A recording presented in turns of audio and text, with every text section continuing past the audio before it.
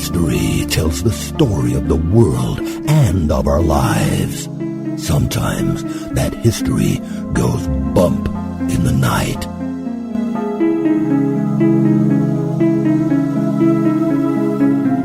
Broadcasting from the center of oddity and the supernatural in Central Florida, it's the History Goes Bump podcast.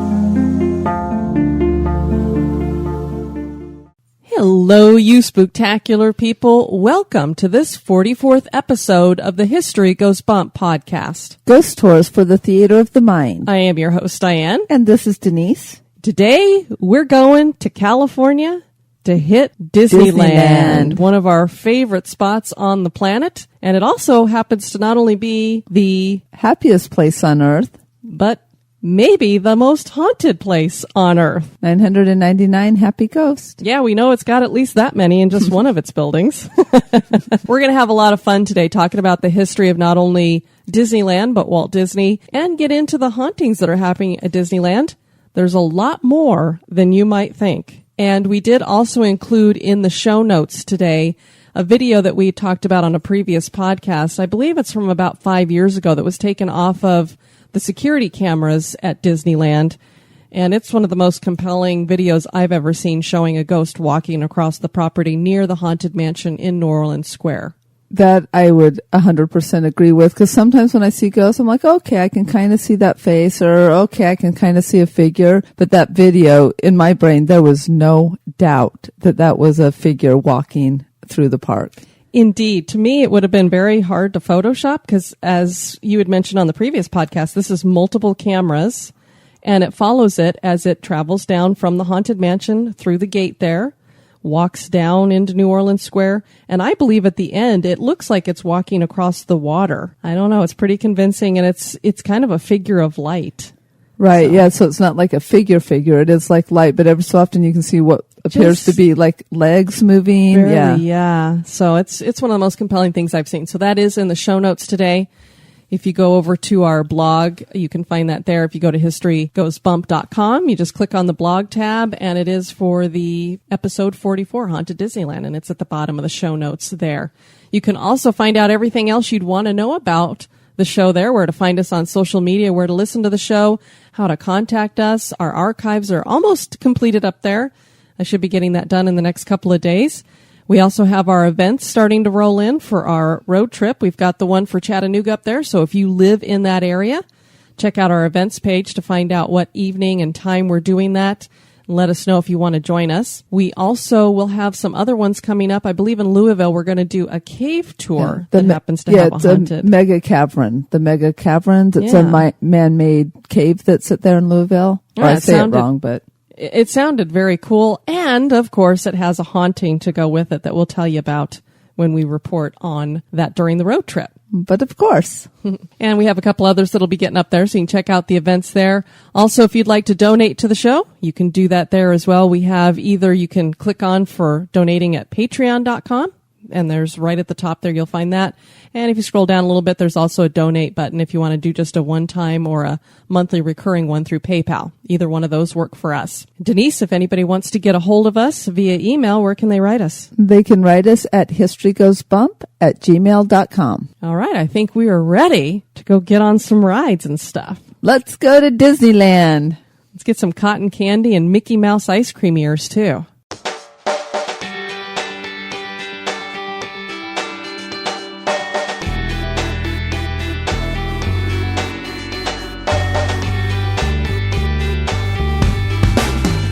If you would like to support the show, please visit our Patreon page at patreon.com/History Goes Bump. Or perhaps you just want to make a one-time donation. Click the donate button on our website at historygoesbump.com.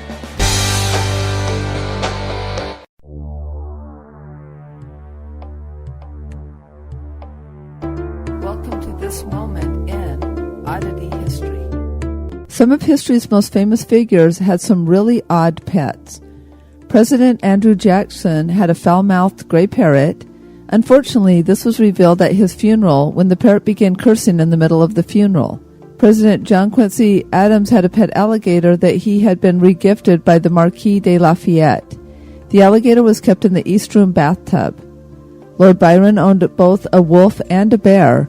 When he was staying in Venice, a friend reported that Byron had the following pets there with him: 8 dogs, 5 cats, 10 horses, 3 monkeys, a crow, an eagle, a falcon, and 5 peacocks. Roman aristocrat Lucius Licinius Crassus kept a moray eel as a pet.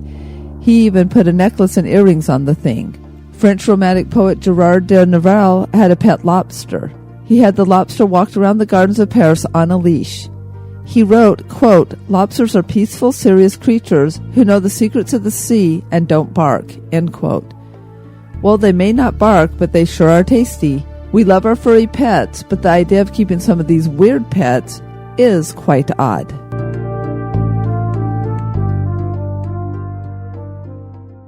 They're coming to get you, Barbara. Stop it! You're ignorant. They're coming for you, Barbara. Stop it! You're acting like a child. Look, they're coming for you. Look, there comes one of them now. He'll hear you. Here he comes now. I'm getting out of here. Johnny! This day in history. On this day, May 4th, in 1897, a fire rages through Rue Jean Goujon, a Paris bazaar. The fire started at 4 p.m. in the afternoon. The Duchess de Uzes and other prominent women were hosting a bazaar for charity at the location. This was something they had done every year since 1885. The bazaar was arranged in such a way that the booths would represent a Paris street. 1,500 people attended the event. The papers the following day reported that the fire started with an illuminating apparatus of the cinematograph that exploded and set fire to the Turkish curtains and hangings. So basically it was a movie that they had running. The whole left side of the bazaar was immediately engulfed in flames. People towards the front of the building escaped, but people in the back were trapped. There were doors there for employees, but the patrons had no idea. They weren't marked. People were crushed to death against the right side of the building. Firemen arrived and threw hundreds of buckets of water on the fire. It was no use. The building soon collapsed. Charred remains were 5 feet deep. The mansions in the vicinity became hospitals for the injured, of which there were hundreds. In all, 200 people were killed, including French General Mineur and the sister of the Empress of Austria.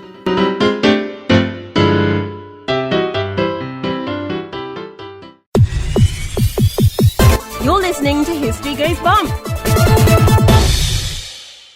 The Haunted Mansion at California's Disneyland Resort is one of the park's most famous and beloved attractions. What if that mansion were really haunted? Could it be? And what of the rest of the park? Could a park that was the heart and soul of Walt Disney go on without his spirit somehow sticking around? Disneyland was inspired by a dream to build a place where all members of the family could have fun, and this happiest place on earth has been fulfilling that dream for 60 years. Come with us on a magical journey as we share the history and hauntings of Disneyland. Walter Elias Disney was born on December 5th, 1901.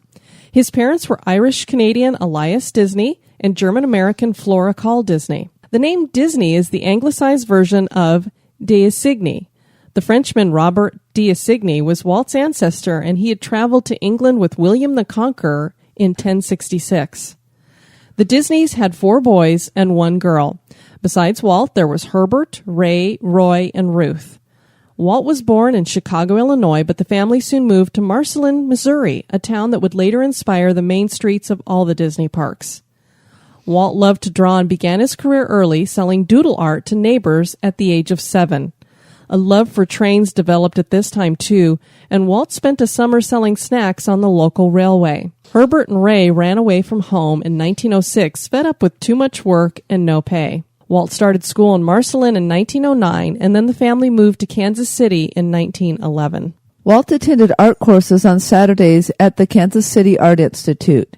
During the week, he went to school and delivered the Kansas City Star newspaper. The newspaper delivery business was hard work, and Walt would fall asleep during his class due to lack of sleep because of the hours he kept. He would rise at 4:30 a.m. every day with his brother Roy and deliver papers until the school bell rang. Then after school, the boys would finish their route, which grew to 700 customers. In 1917, the Disney family moved back to Chicago, and Walt attended high school there. He became the cartoonist for the school paper. This did not last long, as Walt dropped out of school at 16 and tried to join the Army. He was rejected for being too young, so he joined the Red Cross. He drove an ambulance for a year in France and covered that ambulance in cartoons. In 1919, Walt moved back to Kansas City and tried to find work drawing for newspapers. He was unable, but his brother Roy, who'd become a banker in Kansas City, got him a job through a colleague at an art studio where he met fellow cartoonist Ubi Iwerks. The two men would go on to start their own commercial company together. The business was a flop, and the two men went back to working for another company where Disney learned about animation and fell in love with it. Animation had started out as cutouts, but Walt soon found that cell art was much better. He recruited a fellow artist, and the two men began creating Laugh-O-Gram shorts, which featured Aesop's fables, and they were screened at a local theater. Based on the success of these, Walt opened his own animation studio, but he was horrible with money and soon was bankrupt. You know, the thing I love about Walt Disney is he worked from the time he was a little kid. He just always worked really hard. He always would just go for stuff. He must have been one of the bravest men on the planet, because he would just, I'm going to go ahead and start a business. He would just drop everything and start a business. And it was just amazing how he would do that. And he had so much failure in his life, and yet he just kept building. Well, and that's what so many people don't realize, is that in order to succeed, if you talk to any of these successful people like Walt Disney, I'm sure if we could, interview Steve Jobs or any of them, they've all had more failure in life than success, but they just kept picking up the pieces and going for it. And then eventually it hits pay gold or whatever. They become legends. Exactly. Walt did what all dreamers do. He packed up and headed for Hollywood. Roy joined Walt, and they pooled their money to open a new animation studio, Disney Brothers Studios. In 1925, Walt hired Lillian Bounds to do the inking for the studio, and the two soon began courting and were married in July of that same year. The Disney Studios began with the Alice comedies based on Alice in Wonderland, and they were very successful. The shorts incorporated live action with cartoons. Just the first sign of the innovation Walt would bring to animation. Next came Oswald the Lucky Rabbit. Walt was hired by Universal to produce the cartoons. These were wildly popular, but ended in another failure for Walt. He did not know much about contracts and had not realized that Universal had put his animators and the character Oswald under contract.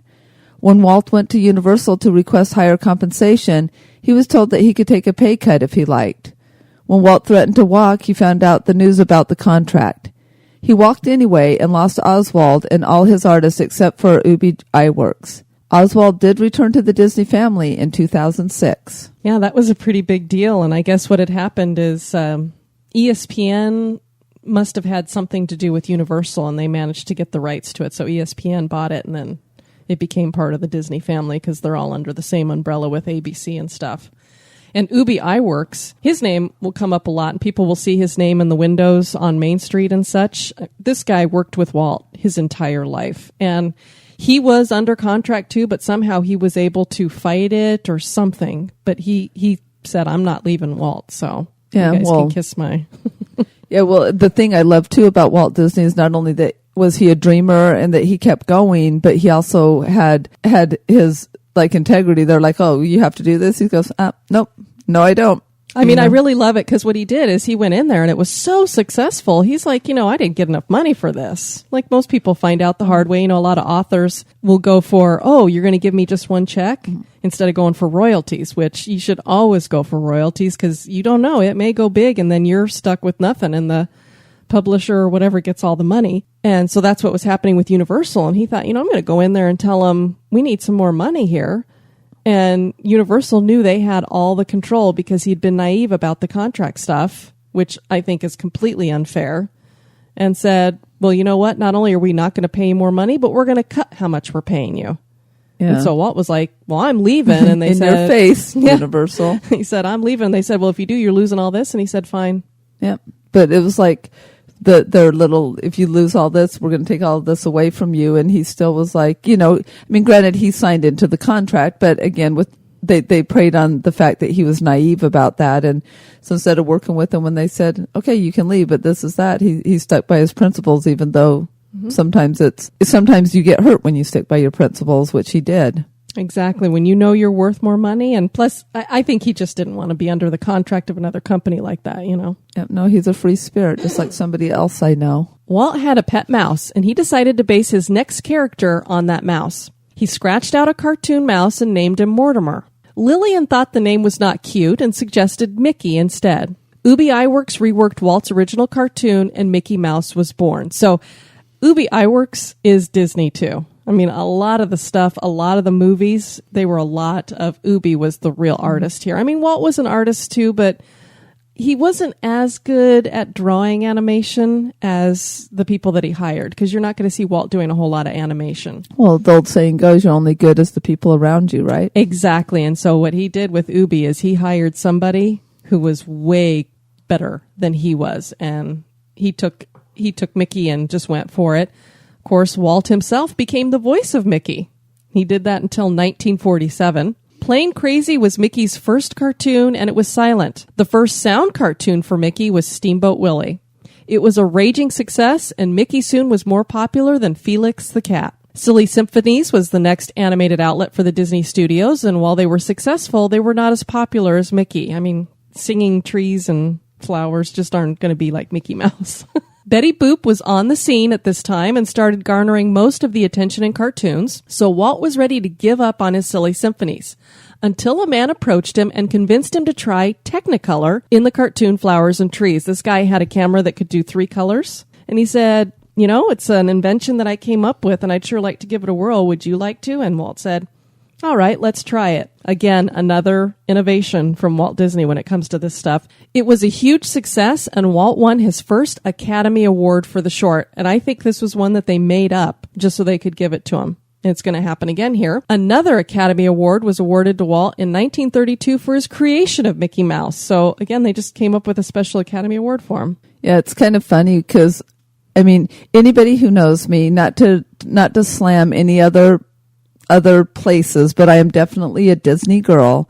And so everybody was like shocked when I got a annual pass to Universal. They're like, is that legal? Are you okay? You know, are you going to live? It was kind of a big deal to go over and see some of the stuff, but it is funny that they're the ones that kind of stabbed Walt Disney in the back, and he walked, and yet when you go over there, because I had to go see what was going on at the other parks just to be well educated No, actually, I wanted to see the Harry Potter stuff. And it's very, very cool. It is very. I have to say, as much as Disney's got going for them, they've got nothing on the Harry Potter rides. Yeah. They are amazing. Well, of course, they can do that with just one little land when Disney's doing that with 4 parks and multi-parks across the world and many lands. Well, and the point that we made is that Disney tries to make it so everybody can go on a ride. And so you just can't get as crazy with some rides. Exactly, because it is about a family park. But anyway, as I was there, I noticed that somebody's name tags looked very familiar to me.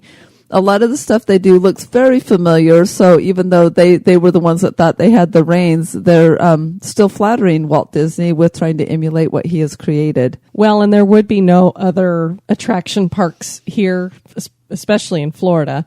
And Universal always was following in the footsteps of Walt Disney. So without the Disney parks, you wouldn't have your Universals and your Legolands and that kind of thing. Six Flags got started really after Disneyland got started. So a lot of them base their stuff on that. And of course, that's why at the top of all of the attraction park lists are the Disney parks, because they just eclipse everything else. They're a lot of fun for your teenagers and stuff, but we even found going over to Universal, now that we're getting to be a little bit older and can't do as crazy rides and stuff, a lot of the rides at Universal are motion rides, and you can only do so many of those in a day when you're older before you're like, okay, I've had enough.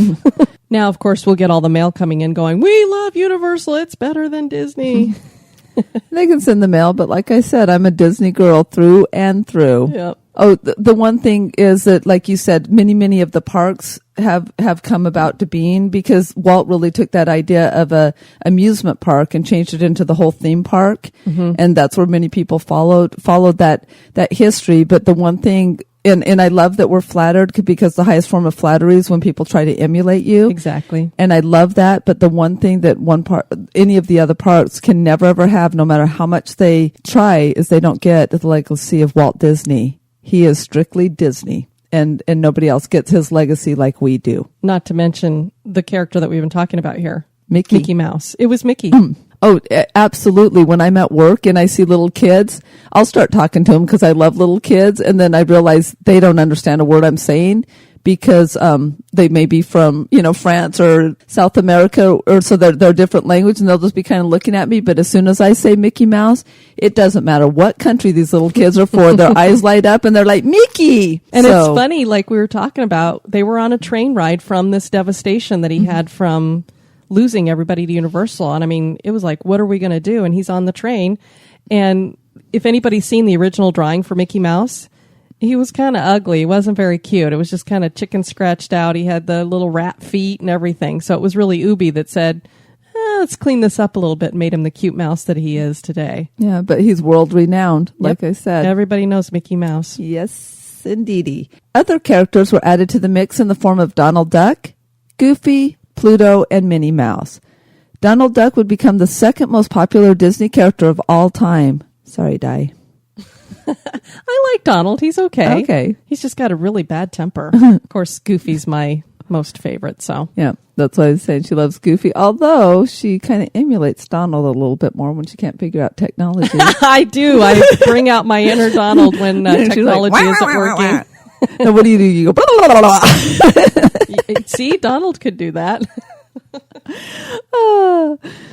At this time, Lillian Disney gave birth to a daughter and 3 years later adopted a little girl. The next big thing for Walt became known as Disney's Folly, when he developed a full-length animated movie that is today the beloved classic Snow White and the Seven Dwarfs. The film was in production for 3 years when the Disney studio ran out of money. Walt showed investors a rough cut of the film and managed to get the rest financed. The film premiered at the Carthay Circle Theater on December 21st, 1937. The film was a huge success and won Walt another Academy Award. More movies followed, and as they say, the rest is history when it comes to the animation and Disney Studios.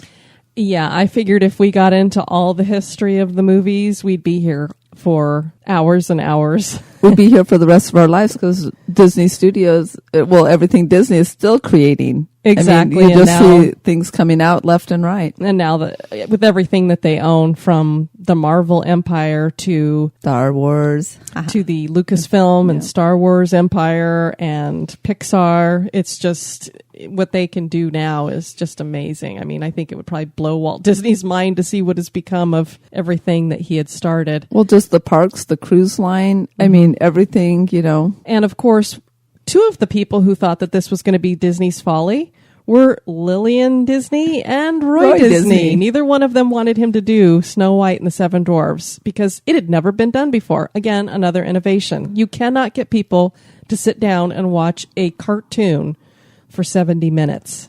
Well, and I want to put in a little bit here, too, is that my hat goes off to both Lillian and Roy Disney because really without those two, none of this could have happened either. Because Lillian, take a minute. If any of you are married or in a partnership, how would you like every other whim that your partner come home saying, I just put everything, I just mortgaged the house and put everything up for this other dream that I have, to make something else that has never been done. And looking hindsight, we can see that, but can you imagine going forward, like some weird thing that it's like, what in the heck? And so they were constantly living in that like, oh my gosh, we could lose everything or we could gain sense. And so Lillian was right there by his side. And then Roy, the financer of all of his dreams, Walt would say, I want to do this and this and this. And Roy'd be with his calculator going, okay, how are we going to make this happen? How are we going to make this happen? But he would make his brother's dreams happen because he was the one who knew contracts and finances. Exactly. Walt was unsatisfied in one area, though.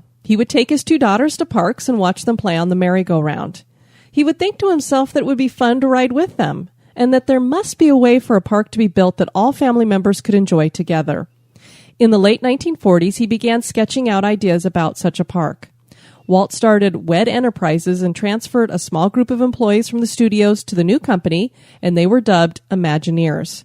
He directed them to design the park and make sure that it was encircled by a train because of his love for trains. Originally, the park was designed to be next to Disney Studios in Burbank, California. The area was only 8 acres, and the group knew that 8 acres would not be enough land. In 1953, a search was conducted for an area that would measure 100 acres and be inside the Los Angeles area near the highway. And the land would have to be cheap because Disney only had so much money.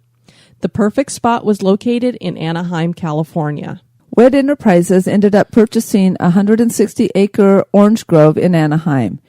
Now they needed money to build the park, and investors were skeptical. Talk of flying elephants, moon rockets, giant teacups, and magic was not catchy to bankers.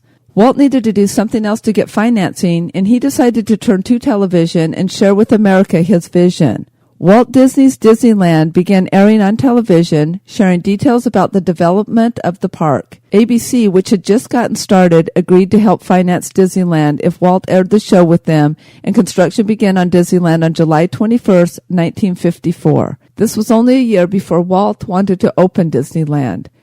The citrus trees were removed along with 15 houses. Walt planned out 5 separate areas in the park that would be their own land and designed the main street that people would enter through to resemble the turn of the century. Other than Main Street USA, the 5 lands include Adventureland, which Walt described as a, quote, an exotic tropical place, a land that would make this dream reality.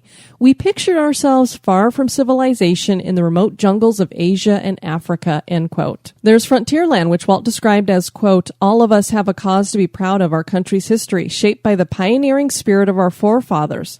Our adventures are designed to give you the feeling of having lived, even for a short while, during our country's pioneer days, end quote. There's Fantasyland, which Walt envisioned as a place where dreams come true, and he said, quote, what youngster has not dreamed of flying with Peter Pan over moonlit London or tumbling into Alice's nonsensical Wonderland? In Fantasyland, these classic stories of everyone's youth have become realities for youngsters of all ages to participate in. End quote. At the helm of Fantasyland is Sleeping Beauty Castle. Tomorrowland is the next land, and the Imagineers struggled with this because Walt knew it would be obsolete the minute it was built.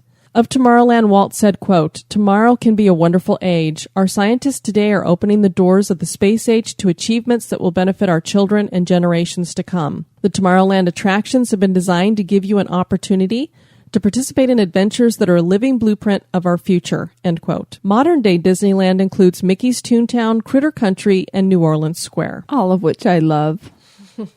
New Orleans Square is my favorite place.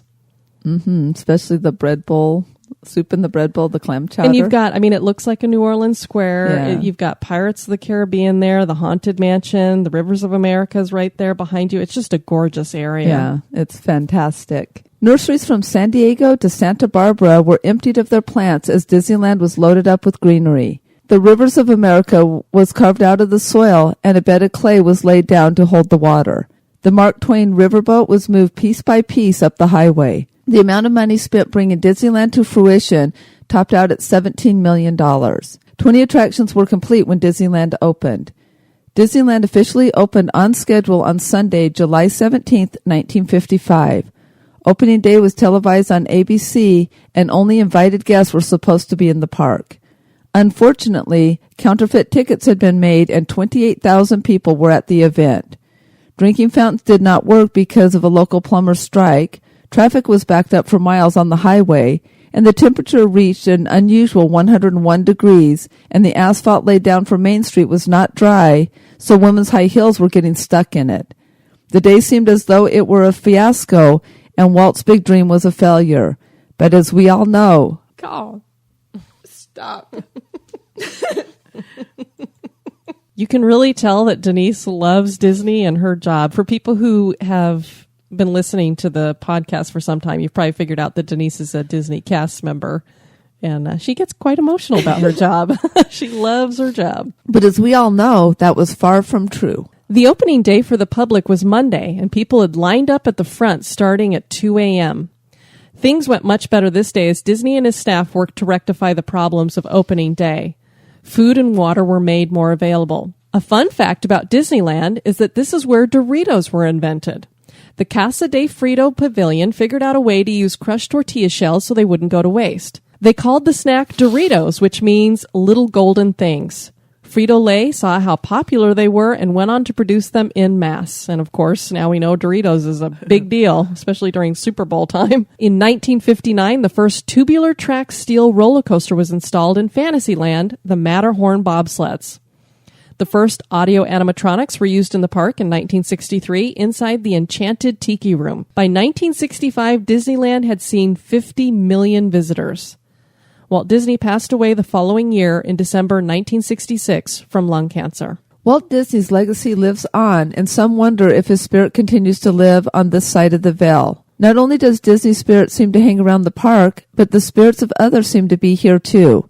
Above the fire station on Main Street is an apartment where Walt Disney really did stay sometimes. An eternal candle is burned in the windows to signify that Walt is still there.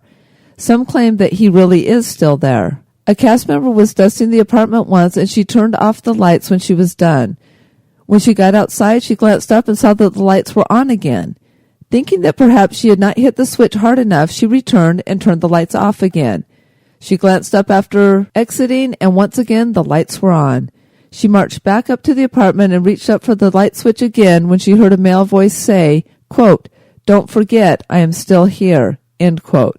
Some say that this is really why the candle's left burning in the window. Yeah, so we've always been told on the tours that we take that it's just to signify that, Walt is still there above the apartment hanging out.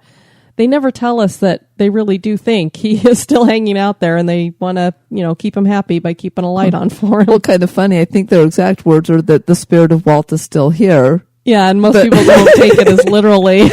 His spirit is still there. But it could be very possible. Walt also had an office on Main Street behind a magic shop. The room is now used for storage, and when people go in there, they claim to get an eerie feeling and that there are cold spots in the room. The Emporium on Main Street has a storage room above it as well. A cast member claims that she was in the stockroom near the hangar wall and something jumped up and spooked her from behind. When she turned around, no one was there. New Orleans Square has stockrooms above several of its shops, and cast members claim that not only Walt Disney haunts them, but also his wife Lillian and some other female ghost that calls herself Mary. The exclusive Club 33 that is located in New Orleans Square is also reputed to be haunted. A figure is seen near Sleeping Beauty's castle after closing hours. Could this be Walt walking through, just as he had so many times before when he was alive? Oh, which is one of the pictures we have in our bedroom. Indeed, we have that on our wall. I would have loved to have been able to meet Walt Disney. That would have been phenomenal. So I'm glad he's still here. The Haunted Mansion may have finally gotten its 1,000th ghost. Anyone who has ridden aboard a Haunted Mansion doom buggy knows the famous verbiage of the ghost host inviting the rider to join the 999 haunts already in the mansion. A young boy who loved the Haunted Mansion ride died and was cremated.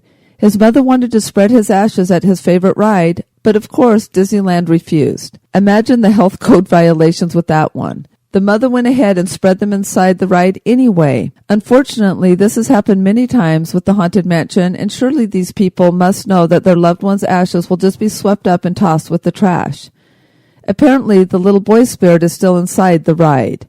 Odd noises can be heard in the dark transition tunnel before guests board their doom buggies, and the young boy's apparition has been seen several times near the ride's exit. The ghost of a man with a cane is also seen in the mansion. His story is that his plane crashed into the lake in the 1940s near the site of the mansion, and he decided to take up residence in the attraction. A man in a tuxedo has been seen in the area where guests disembark from the ride as well. Usually cast members see him out of the corner of their eye, and when they turn to look, he disappears. One cast member quit after having this chilling experience. A young man died in the attraction on grad night. He stepped out of his doom buggy and tried to step from the walkway to the seance room display. He did not realize there was a gap between the areas and fell 15 feet to his death. Is his ghost still there?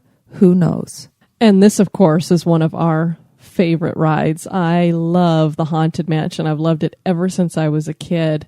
And of course, they've updated a lot of it. And at Disneyland, it's really cool because at Christmas time, they transfer it over to the Nightmare Before Christmas. And I was just going to say, for anybody who does do our beloved attraction, that's just part of the thing. Like this poor kid from grad night, don't really try to become the 1,000th ghost. Exactly. I've seen a picture too where it looks like there's a young boy's apparition poking out from one of the doom buggies and looking back at somebody who took a picture. It does look quite ghostly, but if you were taking a picture of somebody leaning out of the doom buggy and you had maybe night vision on your camera or something, you'd get the same kind of effect, I'm thinking. So I don't know about that for sure, but I've heard the story of that young boy many times. And unfortunately, it's not just the Haunted Mansion. It's also Pirates of the Caribbean. they get a lot of people who want to dump ashes. I don't know why. I'm like, you do realize this is a public area that you can't just, if it's outside in nature, the ashes will become part of it. It's not the same thing when you're inside of a ride. And I'm like, you don't need to dump ashes somewhere for somebody's spirit to be there, because they think some of the people that are at Disneyland didn't necessarily die there. They just loved it so much. I could see you haunting the place, Denise. Well, that's what you've often said, is that someday they'll look out at the Polynesian and I'll be sitting on a bench and they'll be like, that's not like her. She would never sit down on stage, and they'll come up and I'll have expired. Diane says I'm going to die there. So sorry, guys. Attractions are run before the park opens to make sure everything is operating properly. Cast members ride aboard the boats on the Pirates of the Caribbean to make sure things look good and the track is running smoothly. One morning, a cast member claimed that a young child rode part of the way in the boat with him. The child disappeared and had not been on the boat when he boarded the ride. A young boy-type apparition was once caught on the cameras inside the Pirates of the Caribbean as well. The Blue Bayou's the restaurant inside the ride, and cast members claim the restaurant is haunted. The ghost is apparently that of a man. I mean, I can see all of these because that's another one of my favorite attractions. So I could see somebody who had so much fun and it transported them so much in life, not wanting to stay there in death. And the Blue Bayou is so yummy. Good. You got to get their Monte Cristo there. Or anything. It's really good. Disneyland has hosted grad nights, and one year a senior boy was dared to swim across the rivers of America to Tom Sawyer Island. He took the dare, but drowned before he got to the other side. His ghost apparently now haunts Tom Sawyer Island. Another story is told that two boys hung out on the island until after closing. When they tried to swim to shore later, they also drowned. Spirits of children have been seen running and giggling on the island after it is closed. Cast members search for the children but never find them. Maintenance workers do not like to go onto the island after dark. That cave is pretty scary even in the day. Black Bart's Cave. I think it's kind of scary. You don't want to run into Injun Joe in there for sure. A young mother was once killed on the Matterhorn bobsleds. She undid her belt so she could turn around to see her children, and when the bobsled made a tight turn, she was thrown from the ride and hit by the bobsled coming behind the one she'd been riding in. Her name was Dolly, and people claim her spirit is still at the bobsleds. They named the area where she died Dolly's Dip. And now a lot of people are probably thinking, people die at Disneyland? And yes, indeed, it does happen. We've even had, in the time that we've lived here, about 20 minutes from Walt Disney World, there's been a couple of cast members who've died in accidents. Just, it happens, unfortunately. And that is one thing I do want to say here is Disney is completely known for safety as the number one thing there, but you can't help when people do things that don't. So when you go to the parks, try to help us with that safety. Keep your belt on. Well, yeah, or trying to swim and stuff, because accidents are not 100% preventable, but we do really it just tears my heart up when anybody even gets a stub toe at the Disney parks. And so spread the word and help us keep the parks safe, because that is our number one that we want, because we don't like this stuff ever to happen. Of course, It's a Small World would have to be haunted. Nothing goes better with creepy dolls than hauntings. Several of the dolls have been seen moving on their own when the ride is completely shut down. The People Mover that no longer is open at Disneyland was haunted by a young man who tried to jump from the car. He got caught under the ride. He'd been riding with his blonde girlfriend and now makes appearances to blonde girls on occasion near where the ride used to run. Girls claim that he tugs on their hair. Debbie Stone was a cast member who was killed at the America Sings attraction in 1974. She was new and did not know how the attraction worked. Guests sit in a theater that moves in a circle. Debbie was crushed between two walls when the theater shifted. Her ghost was said to haunt the attraction shortly after her death. Her ghost is still seen in Tomorrowland, and they do have a memorial plaque for her there as well. Disneyland is a favorite spot for many people. Have some of these people returned to the happiest place on earth after they have died? Is Walt Disney still watching over his beloved park? Are some cast members still working here even after their death? Could Disneyland be the most haunted place on earth?